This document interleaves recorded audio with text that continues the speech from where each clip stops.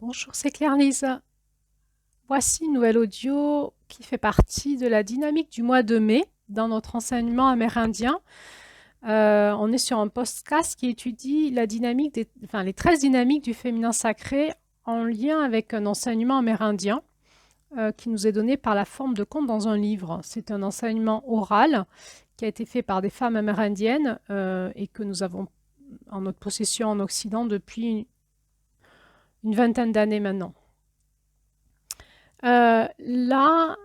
Cet audio fait suite aux autres audios du mois de mai. Donc, si vous ne les avez pas écoutés, vous n'allez peut-être pas en sentir toute la logique et la dynamique, mais vous pouvez l'écouter de manière indépendante aussi. Je vais vous parler de mon positionnement sur le mouvement New Age.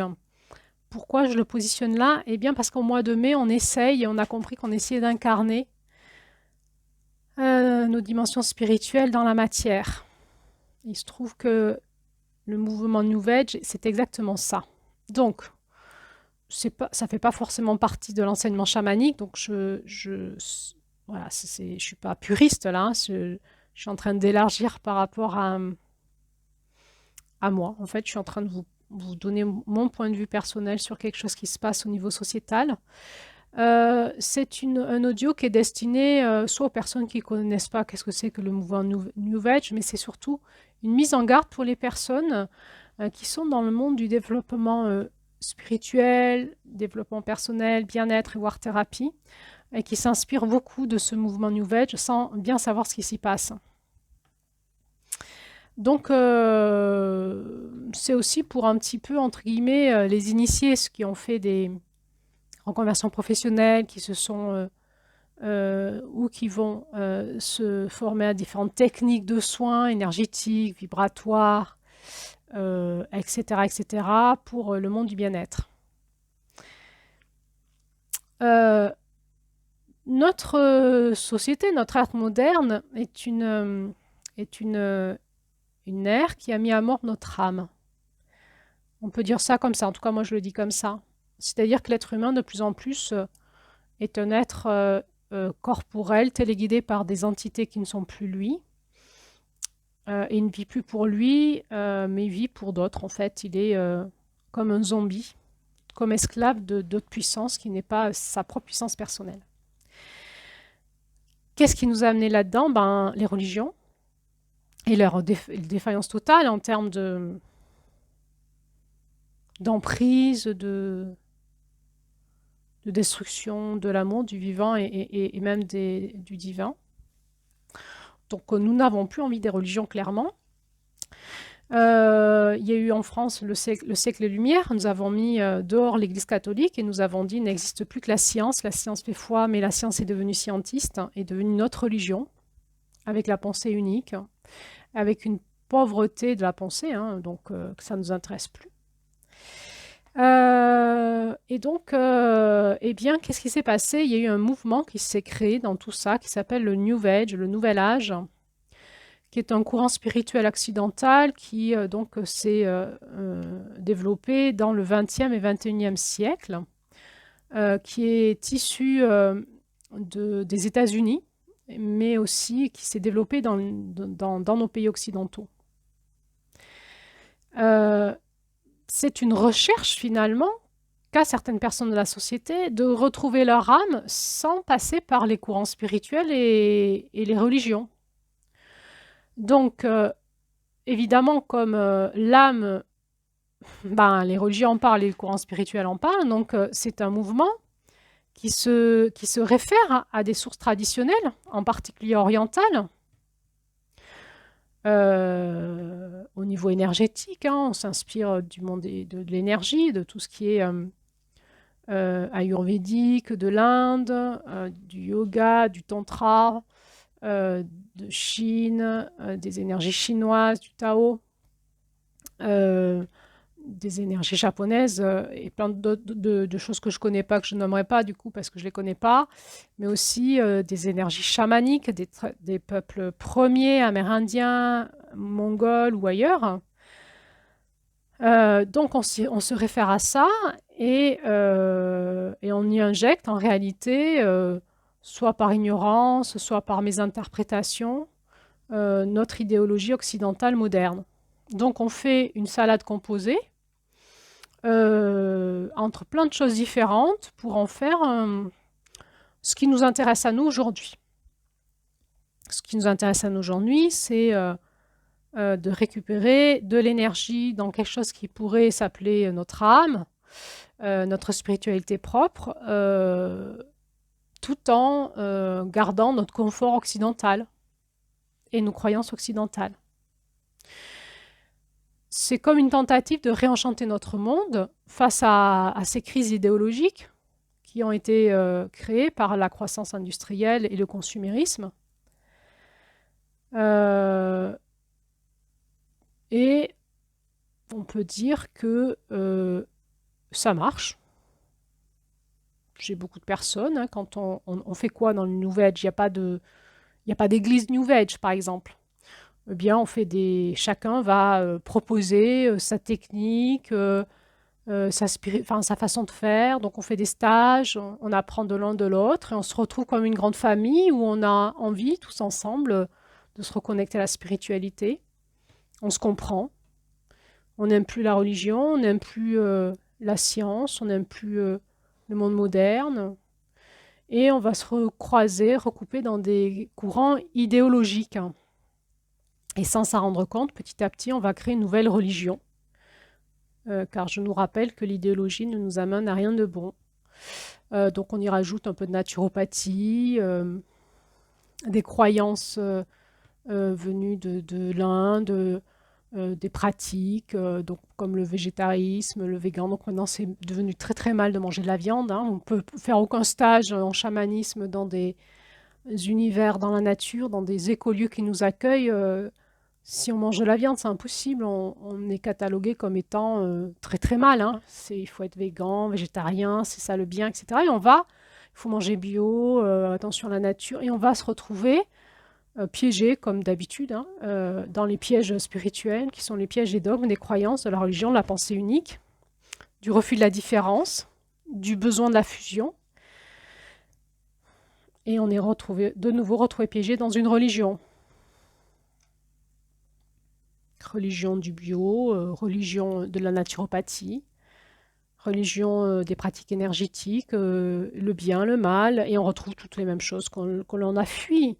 Parce qu'on en est au même niveau, parce que notre âme, notre conscience ne s'est pas éveillée, on répète, on répète. Donc on va rentrer dans l'illusion, dans les croyances, dans les perceptions erronées. Et du coup, qu'est-ce qui va se passer quand on fait des pratiques énergétiques sans conscience, sans en avoir la maîtrise, sans avoir de maître qui nous enseigne ça et qui nous protège? On va se retrouver à travailler nos champs énergétiques, la façon dont notre énergie circule, par des pratiques, dans des stages, avec des personnes qui vous disent qu'ils maîtrisent, qu'ils ne maîtrisent pas. Et donc, on va ouvrir nos champs d'énergie à des égrégores, il va se créer des failles, on va se faire happer. Et de plus en plus, le monde du New Age est sous emprise d'entités qui grossissent avec des égrégores qui sont de plus en plus piégés. Et on va retrouver des personnes avancées dans le New Age qui viennent en supervision faire des soins, qui sont totalement possédés. Parce qu'en ouvrant nos espaces énergétiques, on s'ouvre à des fréquences de plus en plus hautes de possession. Et donc, on se retrouve avec même des phénomènes d'abduction. L'abduction, c'est quoi? C'est le fait que notre corps sert de référentiel d'expérience à certaines puissances de très haute fréquence vibratoire, qui ne sont plus les entités locales, comme je les appelle, les parasites énergétiques, c'est les entités locales, c'est notre bain dans notre étang, c'est tout ce qui est autour de nous, mais en faisant des pratiques énergétiques sans en avoir la maîtrise, nous ouvrons nos énergies aux puissances vibratoires plus hautes. Et donc, on va passer un cap supérieur en termes de possession. Donc, je suis désolée, moi je mets en garde maintenant. J'ai depuis beaucoup longtemps, je dis que le New Age est une religion, mais maintenant je me rends compte que c'est vraiment, il y a un gros risque dans ces courants-là qui, dans le bien-être, nous piègent et nous amènent dans le mal-être. Alors, Il n'y a pas de mal, il n'y a pas de bien, franchement. Moi, j'ai beaucoup de gratitude pour ce mouvement qui m'a permis d'apprendre beaucoup. J'ai beaucoup expérimenté hein, dans des stages, des trucs bien, des trucs pas bien, et c'est toujours la même histoire. Hein. Vous sortez des religions, vous rentrez là et vous revivez la même chose en fait. Il y a les mêmes en face, hein, c'est les mêmes entités qui passent par d'autres personnes. Avec ben quoi ben, le pouvoir, hein, le pouvoir, l'abus de pouvoir, et puis il y a une manne à se faire, parce qu'il y a tellement de gens désireux d'apprendre, puis il y a tellement de méconnaissance et d'ignorance et d'immaturité qu'il y a une foule de personnes, d'âmes qui ont soif de spiritualité, d'énergie, d'amour, etc., qu'il y a une manne à se faire et que c'est le monde du vampirisme, hein, du groutisme, de la manipulation, et bienvenue. Bienvenue dans un monde du bien-être qui est devenu l'immense manne de manipulateurs. Vous allez dans tous les je vais pas me faire des amis là, hein. Tant pis. Ça bloque, j'arrive pas à le dire. Les salons bien-être, hein. Alors, ben, vous avez de tout. Vous avez des gens qui savent de quoi ils parlent, qui ont envie de donner de leurs connaissances. Vous avez des gens qui croient savoir et qui sont super joyeux dans ce qu'ils veulent transmettre. Et puis vous avez des gourous, des vrais, hein, des gens possédés, pourris, qui veulent votre énergie, votre besoin d'amour, passer par vous pour vous consommer et vous happer. Donc c'est du boulgui-boulga de plein de choses dans laquelle aujourd'hui le gouvernement français, en tout cas, essaye de mettre de l'ordre, qui est à mon avis une bonne chose, mais au gouvernement français, vous avez les mêmes que dans les salons bien-être, hein, donc c'est juste, comment dire, c'est juste de l'enfumage tout ça. Donc, gouvernement français, dans vos religions, dans vos familles, New Age, c'est les mêmes que vous retrouvez, et en vous-même aussi. C'est l'être humain, c'est là où on en est au niveau sociétal, dans toute idéologie, dans tous les courants alternatifs, tous les groupes qui veulent se sortir de la société, c'est tout la même chose. Vous retrouverez les mêmes ondes de forme et les mêmes entités qui, en fait, peuvent changer de forme et vous raconter l'inverse. Quand vous en avez marre de la religion, ils vous racontent que dans le monde du développement personnel, vous avez une liberté retrouvée. C'est les mêmes que vous retrouvez en face de vous. Tant que vous ne les avez pas dégagés de vous, tant que vous n'avez pas monté vous-même en conscience, ça ne changera pas. Bon, maintenant que j'ai dit ça, qui suis-je moi pour parler, faire un podcast et puis bon, moi, je suis qui, quoi? Ben ouais, ben, je fais partie de ce courant-là, hein, finalement. Je suis guérisseuse, je propose des outils de soins vibratoires, j'utilise des énergies christiques, chamaniques. Bon, je fais mon boulgui-boulga, hein. Donc, Ernest, qui es-tu? Ben ouais, ben, je suis au même niveau que vous, dans la même société, dans le même bordel, dans la même matrice, dans le même marécage. On baigne tous là-dedans et je suis fatiguée, fatiguée de nager et de me refaire choper en permanence. Voilà, je suis comme vous, hein.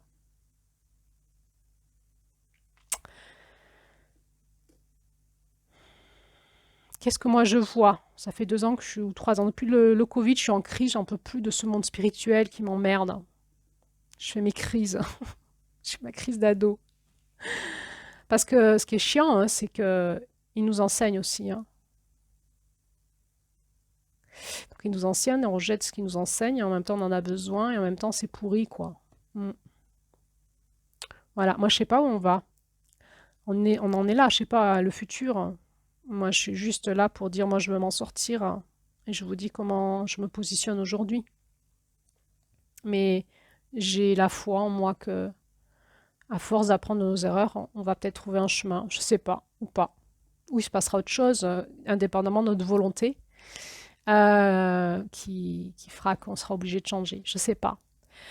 En tout cas, qu'est-ce que je vois d'aujourd'hui? Ben, je vois qu'il y a eu une évolution, mais comme tout démarrage dans l'évolution, le premier démarrage, quand on change, quand il y a un changement d'état, c'est l'état de dépendance, hein, l'immaturité, l'état de l'enfant.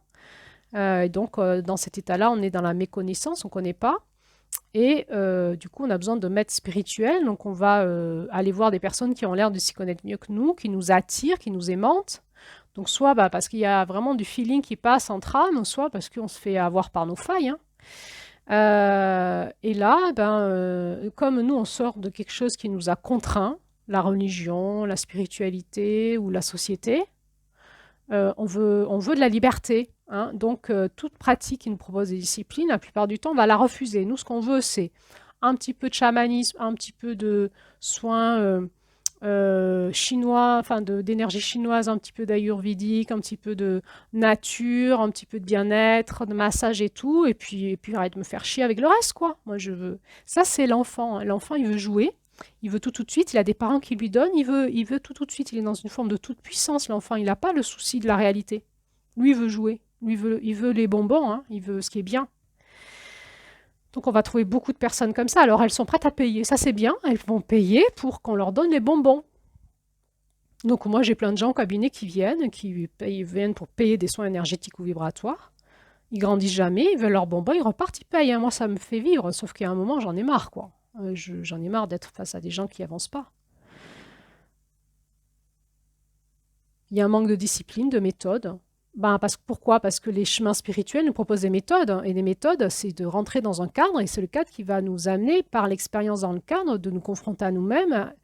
Et ce cadre nous contenant, en se confrontant à nous-mêmes, on va se découvrir et on va pouvoir avoir un levier d'action sur nous. Si on ne se met pas dans un cadre, il ne se passera rien. C'est-à-dire qu'on va toujours répondre aux parties de nous qui ne veulent pas avancer, à nos entités qui nous racontent par ci c'est mieux, par là c'est mieux, va voir lui, paye par là, et on tourne en rond dans nos problèmes et on n'avancera pas. On est malheureux. On est malheureux en pensant être heureux dans un monde de bien-être. Il va se passer quoi? Il va se passer qu'on va grandir, ça va être la crise de l'adolescence. On va se rebeller. Fait chier, hein. Fait chier l'autre, l'adulte, le cadre, le référent du cadre. Euh, et on va se rebeller contre le cadre. C'est quoi le cadre? C'est celui qui n'arrête pas de nous dire il faut que tu aies une discipline personnelle. Non, je vais changer. Alors, je vais aller dans un autre stage, faire une autre formation, et on va multiplier nos formations comme ça. Alors, on a besoin de multiplier nos formations parce qu'on a besoin de retrouver la connaissance. Or, la connaissance est disponible aujourd'hui sur Internet, n'importe où. Ce qui nous manque, c'est les enseignants, les vrais, et ceux qui nous cadrent dans l'énergie, qui nous suivent, qui font du service après-vente, qui sont là avec nous. C'est la relation de maître à élève, hein, d'enseignant à élève. On n'est plus des élèves, nous, on veut être libres. Mais ça ne marche pas. Dans une roue d'évolution, au début, on ne sait pas, du coup, on doit apprendre. Il nous montre les enseignants. Il y en a, hein. Il y en a, il faut les trouver, il y en a. Et puis l'enseignant, il va être confronté à lui, il va être projeté devant et au risque, au piège du pouvoir. Et ils vont tomber aussi. Du coup, il y a des bons enseignants qui deviennent des mauvais enseignants à un moment. Et nous, on est là, les élèves, on a notre super enseignant, puis un jour, il vrille sa cutie, il commence à faire de l'abus de pouvoir, à faire l'emprise, la manipulation, il ne s'en rend même pas compte lui-même, il s'est fait avoir, et nous, on comprend plus ce qui nous arrive, quoi. Et c'est toujours la même histoire qui se répète, c'est la même roue qui tourne.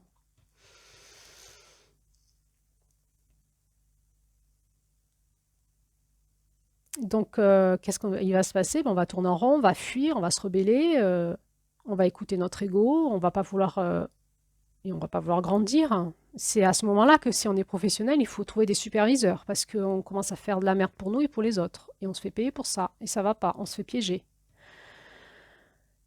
On va petit à petit se faire vampiriser, puis parasiter et peut-être posséder à un moment, puisqu'on travaille nos ouvertures énergétiques, on fait des soins énergétiques, on fait des stages, on apprend des trucs, et puis on se retrouve avec des personnes qui nous font des stages, qui ne savent pas protéger nos énergies, qui ne savent pas refermer nos énergies, qui ne savent même pas nettoyer les salles où elles font des lieux énergétiques. Donc on se retrouve avec des salles pourries au niveau énergétique, on laisse des salles pourries au niveau énergétique, et là-dedans on dit à nos clients, venez, on va faire un stage, on va ouvrir nos énergies. Et tout le monde se fait parasiter. C'est vraiment, un espace de contamination énorme. Alors, on multiplie les stages de tantra, de sexualité sacrée, dans des lieux pourris. Enfin, c'est vraiment le bordel, hein. Excusez-moi l'expression de dire ça, mais on en arrive à un truc, c'est, comme dit un de mes superviseurs, c'est un ramassis de conneries. J'aime bien dire ça. Ça me fait du bien. Et ça décrédite ce qu'on cherche. Alors, c'est pas grave, puisqu'on apprend de nos expériences et de nos erreurs. On en est là en société, c'est un phénomène de société. C'est pas dans le New Age qu'on va trouver. On répète les mêmes choses, c'est tout. Alors, on va le trouver où? Bon, moi, j'ai pas d'autre solution que de vous dire, vous allez le trouver en vous-même, dans votre cœur. Il faut trouver des méthodes, des référentiels qui fonctionnent, qui nous donnent un cadre sain, qui nous permettent d'expérimenter dans ce cadre quelque chose de sain qui fonctionne. Et puis on ne peut pas fractionner notre énergie en plein de voies spirituelles différentes, faire un peu par-ci, un peu par-là, faire une salade composée. Je ne crois pas en tout cas, peut-être que je me trompe. Mais en tout cas, si on fait une salade composée, il faut une méthode de salade composée qui fonctionne. Il faut un cadre qui nous contient dans quelque chose, qui nous fait nous confronter à notre ombre, à notre lumière, dans ce cadre contenant pour qu'on puisse se voir et avoir une méthodologie, donc une discipline qui puisse nous permettre d'avancer sur notre chemin. Notre chemin de conscience pour pouvoir avoir le pouvoir et l'action sur nous-mêmes. Et il nous faut des personnes qui nous aident, qui sont en avance sur le chemin, en sachant qu'elles-mêmes, elles sont confrontées au même problème et elles sont aussi dans l'espace dualité, elles se feront avoir à leur propre piège. Et peut-être qu'un jour, on arrivera à l'interdépendance. Donc, il y a la roue de l'autonomie, hein, qui est d'abord la dépendance, démarrage de la roue, c'est pour nous céleste. Ensuite, l'antidépendance, l'adolescent qui se révolte. Hein. Pour nous, c'est les énergies du Sud. Mai, juin, juillet, on y est. Ensuite, il va y avoir l'indépendance, hein, c'est l'étape de maturité, d'autonomie nécessaire pour grandir. Pour nous, ça sera août, septembre, octobre. Et ensuite, l'interdépendance, travailler ensemble entre indépendants qui avons retrouvé la maîtrise de notre énergie. C'est les énergies du Nord, de la roue, de la sagesse, de l'accomplissement, novembre, décembre, janvier. Bon, on en est dans la dépendance et l'antidépendance aujourd'hui. Et il y a quelques personnes qui sont basculées dans l'indépendance, donc qui ont trouvé leur méthodologie, qui ont leur discipline personnelle, qui commencent à grandir, qui commencent à apprendre par l'expérience, à pouvoir nommer les choses, à dire aux autres. Et peut-être un jour, on sera dans l'interdépendance, c'est-à-dire dans la co-création de quelque chose d'autre.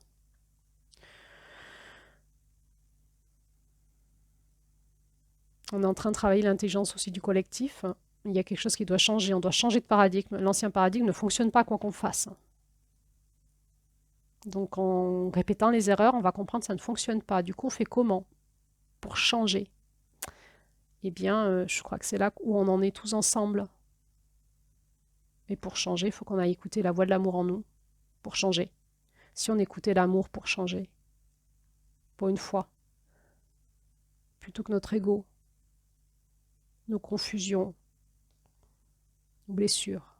Qu'est-ce que dit l'amour en nous pour une fois, si on l'écoutait? Allez, pour une fois, si on écoutait l'amour pour changer, pour une fois, qu'est-ce que ça nous dirait là? Et si on l'écoutait vraiment, vraiment, vraiment, et si on le faisait, qu'est-ce que ça changerait dans nos vies?